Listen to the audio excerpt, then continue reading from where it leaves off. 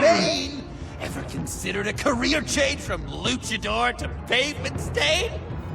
Hello and welcome to another episode of Video Game Reviews.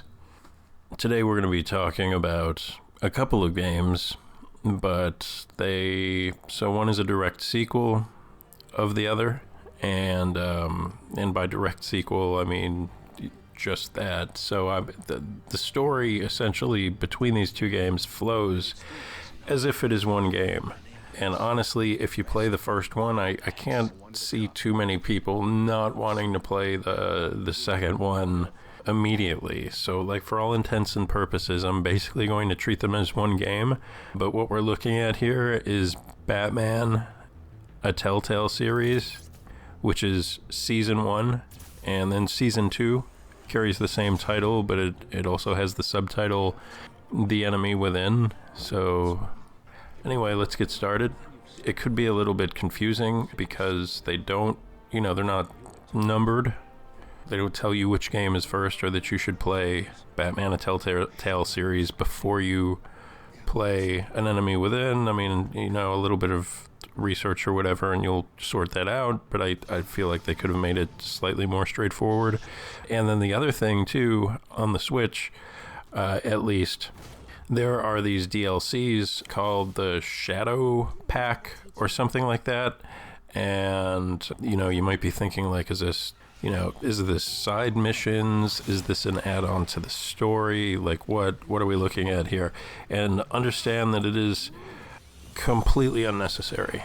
So, like, if you're trying to decide, if, say, for example, the Shadow Edition costs a little bit more and you're trying to decide if you should check it out, basically all you're getting with that Shadow Edition is a reskin of the game. And even then, I would probably hesitate to even call it a reskin. It mostly just looks like a black and white version of the exact same game. Like, they just put a filter on it, and that's your Shadows edition, I guess. I mean, I don't know if they had feedback about the look of the original, but frankly, I love the original look of these games. It's got a hint of how do I even want to phrase this? I don't know. I feel like the color usage is really bold, but not garish. So it's got, basically you can see the influence of a comic book style, but it's still, like, simultaneously has sort of a dark, gritty edge. So the original look of these two games just really, really works for me, and I just feel like putting a black and white filter on top of them is just totally unnecessary. So anyways, let's go ahead and move on. So then, like, the next obvious question is, how's the story? Is this thing any good? Is it pretty good? Is it great? I would say that these games are fantastic. Now, understand that I do not really read superhero graphic novels or comic books, so I don't have decades worth of Batman storyline exposure to, well, actually, technically I still do, thanks to the movies, which have been going on for decades in one form or another. But, neither here nor there. Long story short, these two games, kind of combined together as one Batman story, or one Batman series at least, is second in my mind only to The Dark Knight. Okay, only to the second Christopher Nolan film, which is, you can say, oh, well, technically, blah, and you can point out whatever you don't like that movie. You're like the one person that doesn't like that movie. Congratulations. But, I mean, it's widely recognized as not just a great Batman film, but just a great film in general. And these games, second place as far as a Batman story, in my opinion. And honestly, it's kind of close. Like, it's a close call. So yeah, I strongly recommend this if you're just looking for a great Batman story, or just a great story in general. Yeah, so I will say that season 1 of these two seasons reminds me a little bit more in tone of the Christopher Nolan films. It's very, for a superhero based story, it's very realistic, gritty, all that good stuff. I will say in season 2 it maybe seems like a slightly stronger comic book influence, and I think that comes down to just how many of the villain characters are in the second game, not to spoil too much. But with multiple zany Batman villains, it does feel like slightly more far-fetched than the first game or the Chris Nolan movies. And then the last point that I'm going to make about the storytelling for these games is that, so I don't know if you've ever played a Telltale game before, one of their games, but in terms of storytelling, in terms of dialogue and voice acting, character development, in all of those categories, I would say that they, honestly, at the very least, are a contender with BioWare for the crown in those particular categories. I mean, it's just top notch, like really right there at the very tip top of the entire art form of interactive entertainment, as far as I'm concerned. And I'm sure we'll get some varying opinions out there or whatever, but for my money, it's Telltale and BioWare. They're like neck and neck.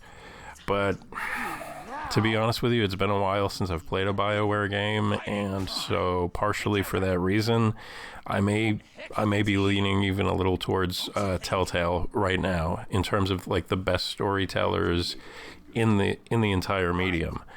So I know that's high praise, but like I'm gonna stand by it. So, and then that's pretty much everything that needs to be said about these two games. There's a few more points to touch on. So like, what exactly are they? Obviously that would be some good information to cover. So they're basically less video games and more like an interactive graphic novel, or like a video choose your own adventure game, really. So a lot of the gameplay revolves around making interesting decisions either with your actions or with your words in the game, and you can wind up in some really interesting situations based on the choices that you make. So it's just a really, really compelling mechanic. All right, and so you combine that with like some crimes, some very light, like, to be frank, very easy, like crime scene investigation, like putting clues together, searching areas, but all those mechanics are very secondary to the storytelling. After the storytelling, I would say the second most prominent mechanic in the game is maybe, let me be clear. So after the storytelling and all of the decision making and the choices that you make, the next most prominent mechanic would be quick time events, which I know a lot of people are down on, and I'm going to be super honest with you. I don't get it. Like, I don't get the hate for quick time events. I never really did. I mean, the first two God of War games are masterpieces, and they definitely rely on some quick time events, and I thought that it was really novel and refreshing, and it also works for me here. And if you have concerns about your ability to see the story because you're like, oh, I hate quick time events, like what if I can't get through them, I'm not going to be able to see the game, like honestly they are very forgiving here, I feel like, and really in all Telltale games in general.